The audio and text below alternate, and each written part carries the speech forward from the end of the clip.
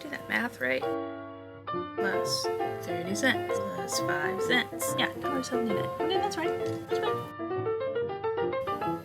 Oh, hot, but perfectly chocolatey.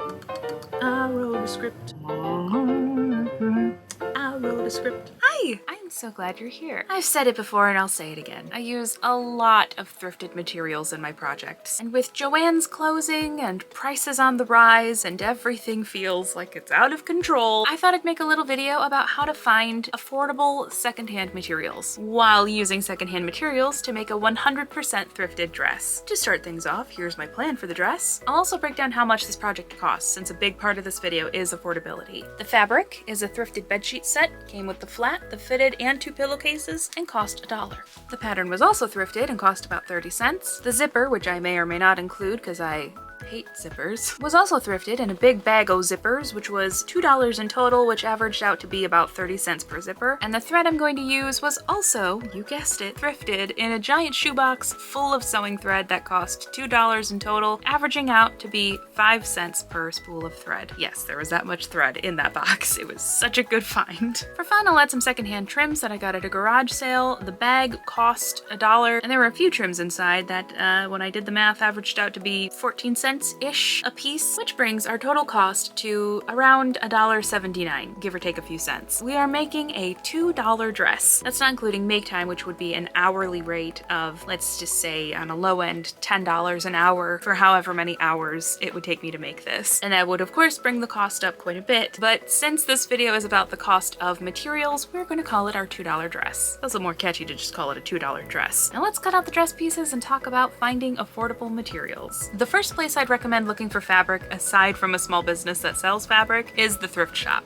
I usually head straight to the linen section, where you'll find curtains, sheets, tablecloths, blankets, and they might even have some previously store-bought fabrics in there too. And you might think that things like cloth napkins are too small or valance curtains are too oddly shaped, but I've actually used both of those things to make clothes before. Some thrift shops might have a dedicated arts and crafts section, and that's a great place to look for fabric as well, but there also have been some less obvious places where I've found great fabrics in a thrift shop. I'll often look through the party supplies section, because there might be some tablecloths stashed away in there, and that's where they'll also have decorative things like fake flowers or glitter or other odds and ends. But the funniest place I think I've ever found good fabric was in the man cave. This place I went to made a specific room for all things they deemed manly, and they had a box in there labeled free drop cloths. Inside that box, I found a very nice light blue floral that I used to make a dress, and I wear it all the time. My big bag of zippers was actually thrown into the housewares section, so you never know where you might find good fabrics and materials in the thrift shop. The second place I recommend, or places, is rummage sales, estate sales, and garage/yard sales. Rummage sales are typically led by churches or community organizations, and I've found so many wonderful pieces of fabric from these rummage sales. Just like in the thrift shop, I recommend looking in the arts and crafts area, the linens, and the party/holiday stuff, because you never know what you might find. I actually found my big shoebox full of sewing threads at a rummage sale, and I think I've been working through it for the past 3 years. Holiday sections might have things like bows and ribbons that you might use as trim, or other decorative elements like tree branches and fake flowers, or even little guys and knickknacks. And oftentimes at rummage sales, there might be actual fabrics from quilters who are lightening their stash. Summer is quickly approaching, and with it comes garage sale season. And oh boy, have I found some great fabrics at garage sales. Again, look at linens and holiday/party supply bins, particularly with wedding stuff. I have quite a few specialty fabrics like beaded, sequined, glitter, yards of tulle that were leftovers from people's weddings. I would even venture to guess that 50% of my secondhand materials are from garage sales and estate sales. Now, going to estate sales is fascinating because they're often held inside of and throughout somebody's home. Unfortunately, oftentimes someone who has passed away. And as grim as that might be, I do love getting a glimpse into these people's lives, observing the objects and the house itself to try and guess what they used to do. Is that a little nosy of me?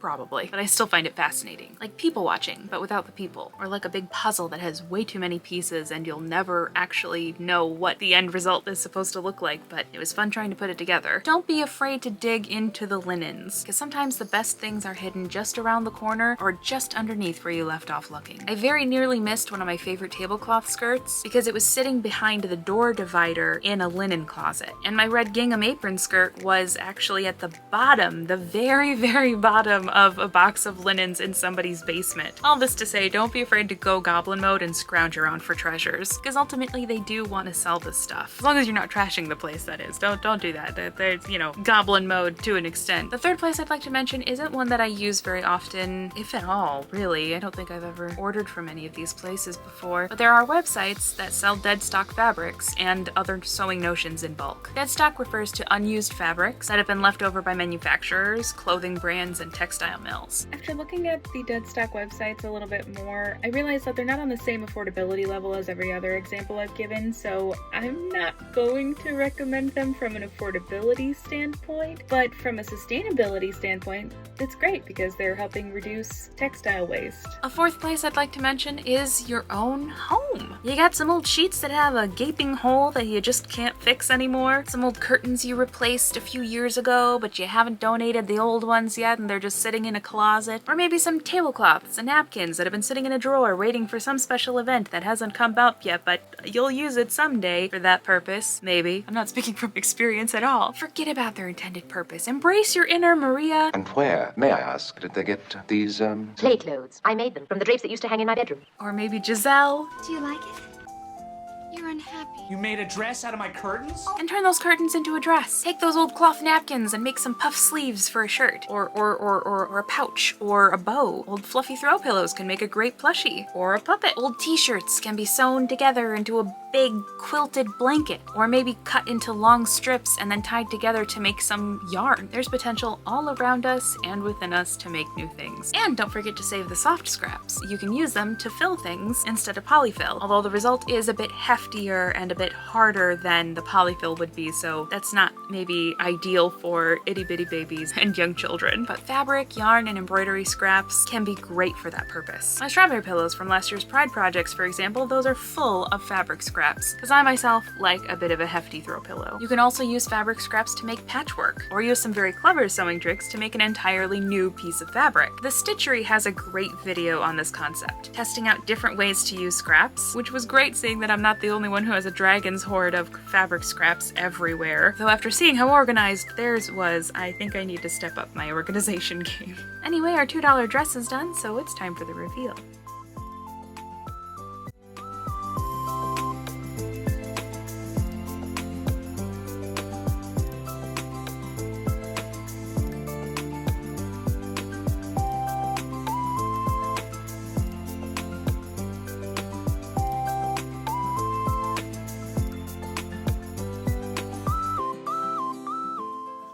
Ruffles are ruffling. Oh. Ladies, calm.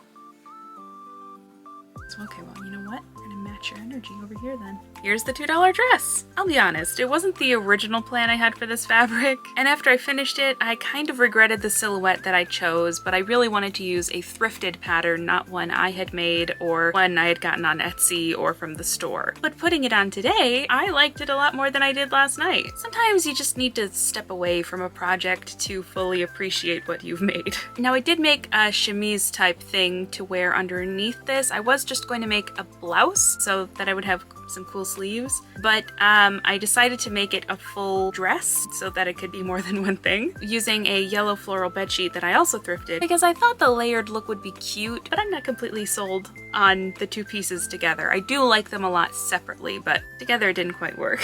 I also made a flower bucket hat just to have a fun accessory to kind of wear with this, but I think I did something wrong, probably several things, which isn't a surprise because I've never used this pattern before, because it's a bit small for my head. I have a very large head. Almost no hats ever fit my head, so it's a bit small, and I think because of that the shape looks a little funny on me, kind of like a top hat, because it doesn't come down all the way without a bit of force. So I think I'll see if my little sister wants it, because I think she would look adorable in it, and it would probably fit her more than it fits me. I also realized that my tips and tricks for thrifting secondhand materials, they were a bit redundant, but the big point I want to get across is you can find some great materials secondhand if you just know where to look, and where to look isn't always necessarily where you would expect to find them. Obviously, some projects might still require you to go to a fabric store or a box store that has fabric and sewing materials. People might not have access to secondhand stores for a multitude of reasons, or might have personal reasons for not shopping from them. I know I personally have a lot of criteria I try to sift through mentally before I shop, as I've been boycotting a lot of places, and it can be kind of hard to find alternatives for specific materials. I mean, so far so good, but it hasn't been without a few concessions here and there. I mean, Joann's wasn't a perfect company either, but what big corporation is? Doing your best is all anyone can do, and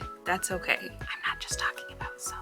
I like my $2 dress, or technically dresses. I like them both. And if you do too, you can let me know by hitting the like button. And if you want to see what I'm doing next and join the channel, hit the subscribe button. And if you want to know when I post, hit the notification bell and YouTube will let you know. Thank you so much for watching. I'll see you next time. Bye!